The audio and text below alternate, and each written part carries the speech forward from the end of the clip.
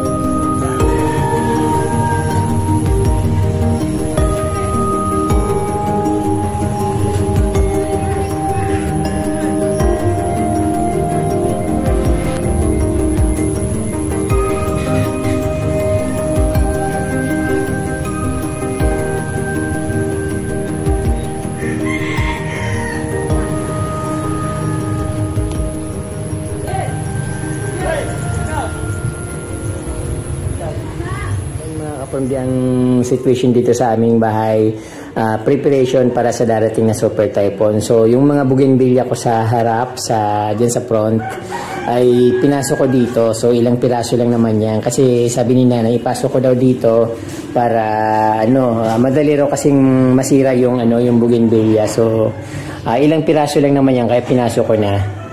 Then ayun, nandito na rin yung nanay ko, sabi ko pumunta na dito habang hindi pa lumalakas yung ang bagyo para hindi na siya abutan. Kasi pag once na nagsimula na yung bagyo, hindi na siya makakapunta dito dahil nahirapan na nga siyang maglakad. Then ayun ang dito, ang situation namin. So siyempre dito rin sa ayan, dahil maliit yung space ko, nilagay ko rin dito yung bougainvillea ko dito sa sa tabi ng kama. Ayan, then yung mga ko dito, yung wala na akong mapaglagyan, tinabi ko na lang dito kasi no choice naman ako, wala naman akong mapaglagyan sa kanila kaya nilagay ko dito yung ibang halaman ko. At ito yung yung ilalagay ko dun sa front yard once na lumago na sila. At ito nga magkakasabay lang na tinanim ko ito. Ito hindi lumago kasi nandun sa lapag o nakalapag lang doon sa soil tapos tinutukan ng manok, hindi siya lumalaki. Tapos ito yung yung kasabay niya. So masyado na siyang mahaba Ayan, pwede na nga siyang pang lagay dito sa sa front yard, pang hanging. So kung lahat sila naging ganito na, so ang sarap sanang tingnan doon sa aking front yard. Pero ayan, maliliit pa rin sila. Dito rin yung Christmas cactus na galing Manila. So tinatapon na kasi ng kaibigan ko doon sa kanila. Sabi ko magdadala ako, kumuha ko ng mga sanga. Pero ayan ayaw niya kasi nang nababasa siya. Pero pag yung ulan, yung natural na nababasa siya katulad ng ulan, so okay lang sa kanya. Pero pag diniligan, bigla siyang nalalanta tapos nabubulok yung mga puno niya. So ayun. So kalmado yung panahon ngayon, pero mainit, parang maalinsangan yung panahon, puro ulap, tapos napaka kalmado. Wala rin mga walang malalakas na hangin, walang ulan. Then ayan. So lahat dito naka-alert na lahat kami dito at syempre natasakot sa darating na super typhoon. So yan ang paligid ng aming bahay, mga kapitbahay. Yung iba may mga may mga sako ng buhangin yung kanilang bubong para sa preparation ng pag landfall ng super typhoon na Pipito. So ito yung aking garden naman sa baba at napakaganda. Sana hindi siya masira at sana ulan na lang yung dumaan dito, wag na yung malakas na hangin na umabot ng 250 kilometers per hours yung lakas ng hangin na tatama dito sa amin, or mas malakas pa yung bugso niya. So ayan nga yung nasasayang ako dito sa aking garlic vine kasi ngayon lang siya nag-flower at pa lang siya, palaki pa lang siya, pero ayan babagyuhin na kagad. Sayang. Baba sa garden ko sa baba. Ayan, hindi na ako masyadong nag-prepare doon sa mga halaman kasi wala naman akong mapaglagyan. Talagang andyan na sila sa baba, sa ground, kaya yun, hanggang ganun lang talaga.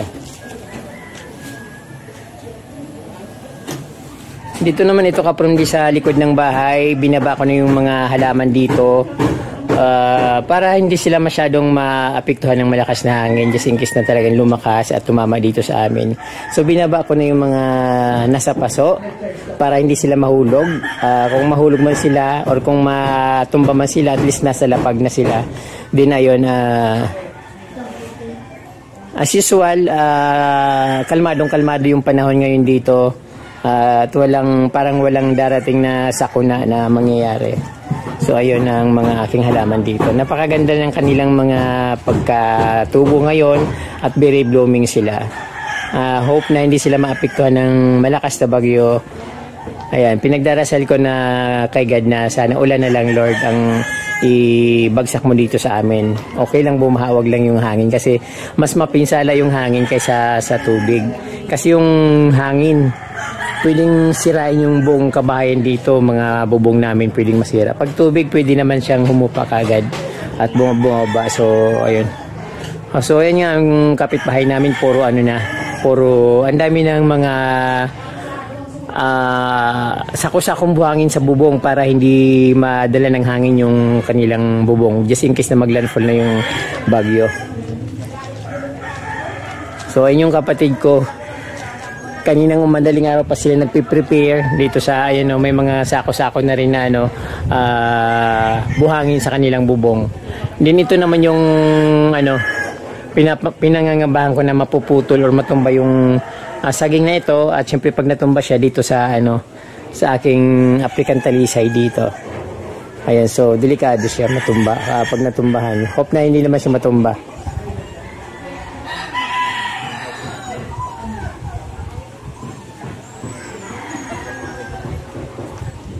Ang ganda na sana konting ayos-ayos na lang, okay na sana yung halaman ko dito. Mas ngayon bigla na lang silang ma-wash out pag dumating yung bagyo. Ang ganda na lang tingnan, very cozy at very colorful.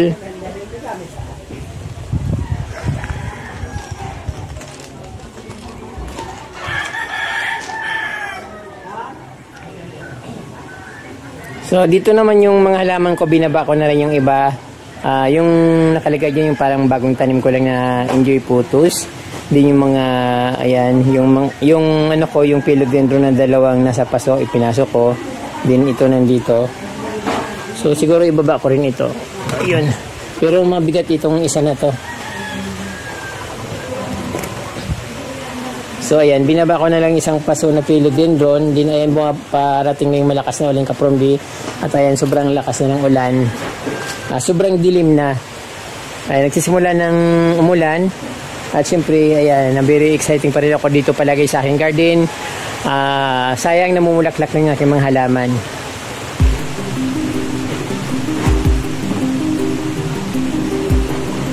Ayun.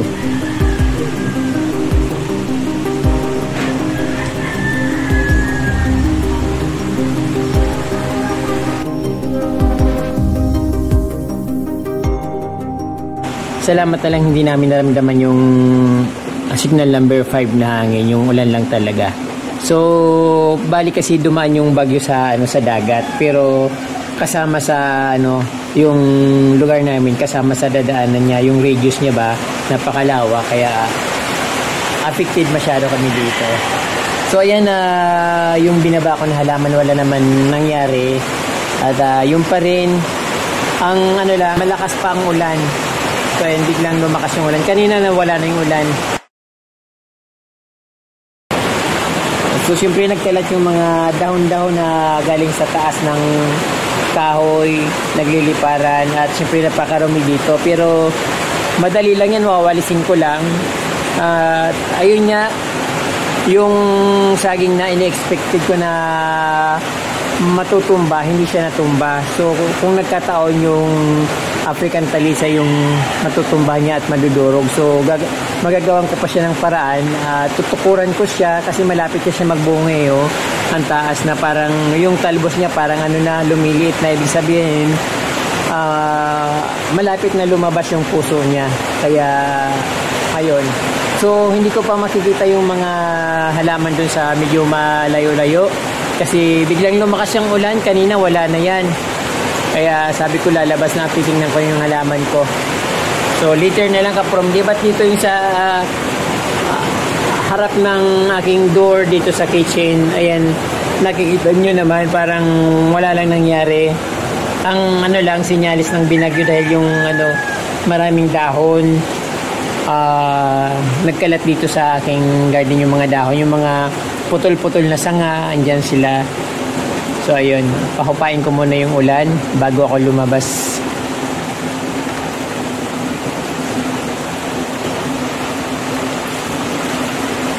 Ayun, nakita niyo yung mga sacks of sand sa bubong ng aking kapitbahay. Talagang pinaghanda nila yung pagdating ng bagyo. Marami rin naman na hindi naglagay ng mga mga buhangin sa bubong.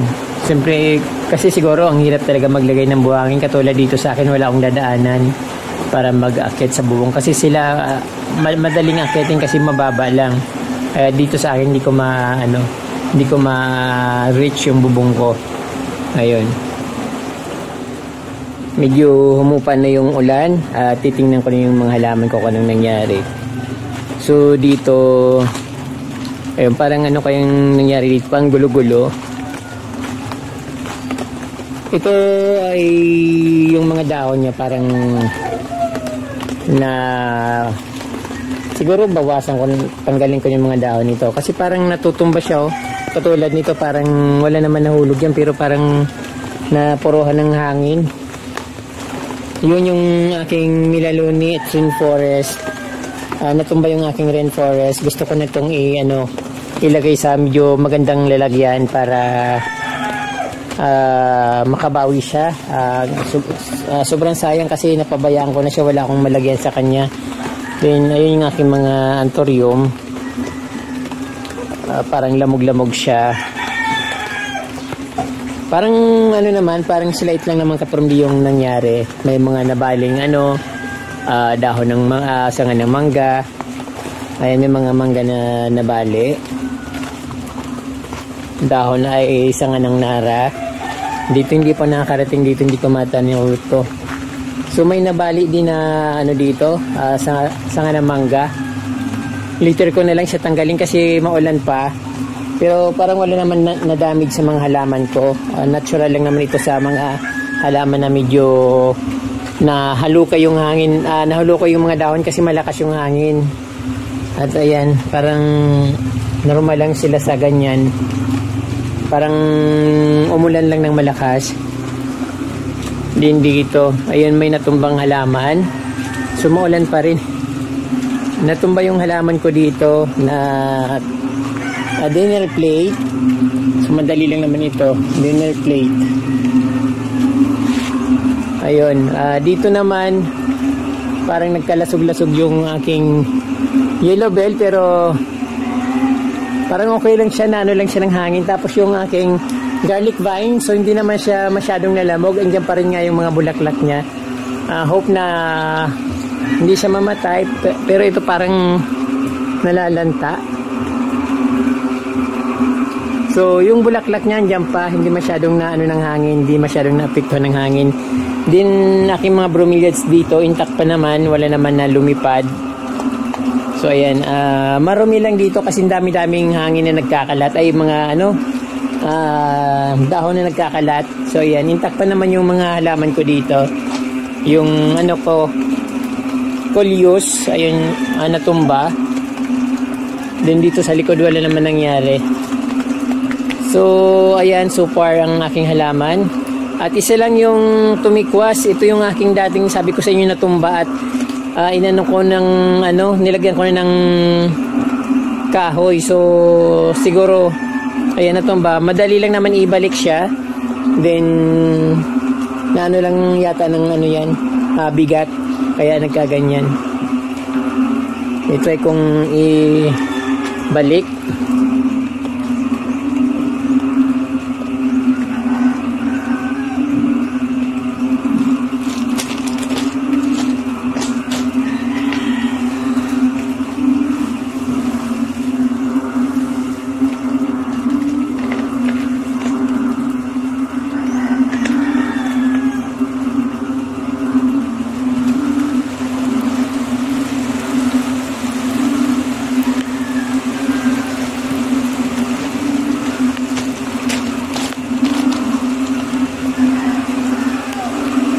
So ayun, ayun ka-from D, naitayo ko na pero later ko na lang iayusin kasi ang lakas ng ulan. Ayan na naman yung ulan. So malambot lang kasi masyado yung lupa. So later na lang, later ko na lang siya ayusin. Malakas ang ulan eh. Naghamba lang yung mga dito, mga sangasangang nahulog, saka yung mga dahon na ayan, maruming-marumi.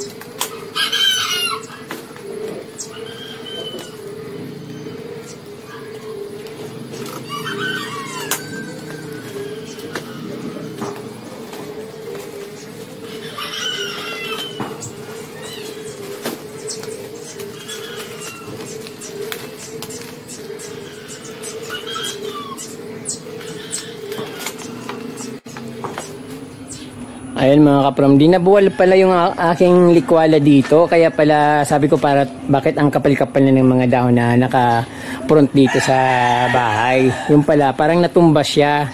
Ang dami kong dahon na binawas. Sayang yung mga dahon niya kasi napakalago ng likwala na ito. Para siyang mas maganda pa siya sa anahaw. Then nabuwal din yung aking dito. Na nasa paso lang naman yung aking rubber tree ko dito kaprom din na nasa paso, pero madali ko naman siya ibalik.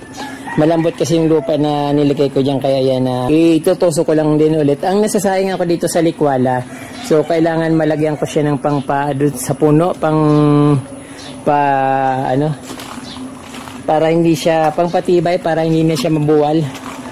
Ayun, sayang ako nito. Napakaganda ng likwala na ito. Wala akong nakikitang likwala na ganito ka healthy. Talagang super healthy yung niya. Kaya lang yung niya, puno niya pala, puro mababaw lang yung pagtatanim ko diyan, kaya yan nabuwal siya. Yung ko rin dito kaprom din nabuwal din. Nasa paso lang din kasi. Itong ko yung kailangan kong iripat, ito yung Melaloni, saka yung rainforest ko. Rainforest na ayun, natumba lang naman, pero sobrang ganda kasi nito, para bang lubi-lubi yung dahon yun na malalaki. So ayan, so far ito lang naman problema sa garden ko. Tapos yung nasa front yard na crouton, din ito natumba. Natumba lang naman, pero madali lang naman na maibalik yan. So ayun. So ang kailangan ko dito yung maayos ko tong garden ko dito sa likod, para maging maaliwalas ulit. At gusto ko naman talaga itong matagal ko nang gustong alisin yung dahon ng likwala, kaya lang nasasayang ako. Ngayon ako nagkaroon ng chance na tanggalin, kasi nga ayan, matutumba siya kapag hindi ko pinutol yung mga dahon sa sobrang bigat niya at sobrang dami ng mga dahon. Hindi lang sobrang dami, talagang malalaki siya na parang anahaw. So ayun, lalagyan ko siguro ng konting lupa doon, saka mga bato sa kanyang pinakapuno para hindi siya tuluyang matumba. So ayun po mga kaprom, wala pong nasira sa mga halaman ko. Although may natumba, pero hindi naman siya nasira. Sobrang lambot kasi ng lupa nung tinaniman ko doon. Kailangan ko lang talaga siya ng lagyan pa ng medyo lupa na konti para medyo matabunan yung puno niya, kasi masyado siyang malambot. So pumasok na muna ako kasi sobrang lakas ng ulan. Mas malakas pa yata yung ulan ngayon kaysa kagabi nung during na bumabagyo. At ayan nga, nakita ko naman yung mga halaman dito. Yung iba natumba. Ayan, yung iba natumba. Tapos nasa paso lang naman kasi yon at madali naman maibalik. So dito naman yung mga bromeliads ko, okay lang at wala naman na galaw. Maliban doon sa mga mayana na natumba, yung red mayana saka yung pink mayana. So yun na nga lang ang aking mayana na natitira dito. Tapos parang yung meron pang isang burgundy lace na mayana natitira. So bali 3 variety na yung mayanang natitira ko dito, pero ayan, maubos pa yata. Matutunaw ng ulan. So ayan kaprom, marami po salamat sa inyong panunood at wala naman na masyadong dito na grabe sa aking halaman. At syempre inspiring pa rin yung kanilang pagkaayos. Magandang maganda pa rin, very tropical at syempre makulay. Katulad ng nakikita nyo, although hindi maganda yung sinig kasi mandilim. Pero yung makukulay na andyan pa rin sila, parang walang nangyari. So, ayan. Madumi lang yung aking ground. Maraming mga dahon-dahon na nahulog.